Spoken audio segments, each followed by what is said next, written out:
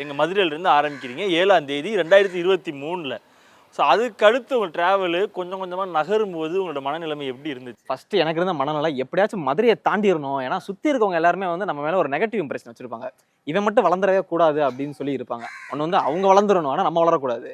நம்ம வளர்ந்துட்டா அவங்களுக்கு பிடிக்காது.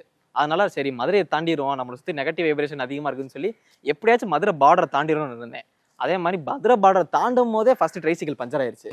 அதாவது ப்ரோ இவன் வந்து ஃபுல் பாசிட்டிவ், நான் ஃபுல் நெகட்டிவ்.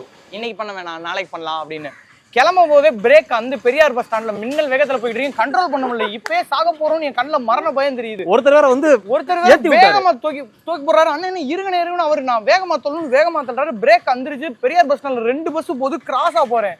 அப்போ அப்படியே நினைச்சிட்டு இருக்கும்போது எப்படி போறோம் இவன்ட்ட சொல்லவும் முடியல. சரி கடந்துருவோம். அன்னைக்கு நைட்டு பார்த்தா எனக்கு சுத்தமா தூக்கம் வரல. முத டென்ட் போறோம் ஒரு கருப்பசாமி கோயில்ல. ஃபர்ஸ்ட் வந்து பெட்ரோல் பங்க்ல தங்க விடுவாங்க நினைச்சு பெட்ரோல் பங்க்ல கேட்டா தங்க முடியாதுன்றாங்க. என்னடா அப்படின்னு சொல்லிட்டு அப்படியே வரோம். ஒரு கல்யாண வீட்டுல சாப்பிடுறோம். அதுக்கு எடுத்து போனோம்னா ஒரு கருப்பசாமி கோயில்ல டென்ட் போறோம். பயங்கரமான கணறல்.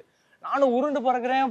எனக்கு நைட்டு ஃபுல்லா தூங்கல. போச்சு இனி நம்ம எப்படி 6 மாசம் இருக்க போறோம் அப்படின்னு சொல்லிக்கிட்டு நான் மனவேதனையோட ஆட் பண்றேன். இவன் சுதந்திரம் கிடைச்சிருச்சுப்பா, அப்பா வீட்டுல மாசம் காசு கேட்க முடியாது அப்படின்னு இவன் சுதந்திரமா கிளம்புறான். நான் இனிமே தான்டா கதையே ஆரம்பிக்குதுன்ற மாதிரி ஒரு பேர்டு இன்ஃபுளுன்சர்ல கிளம்ப ஆரம்பிச்சிட்டேன்.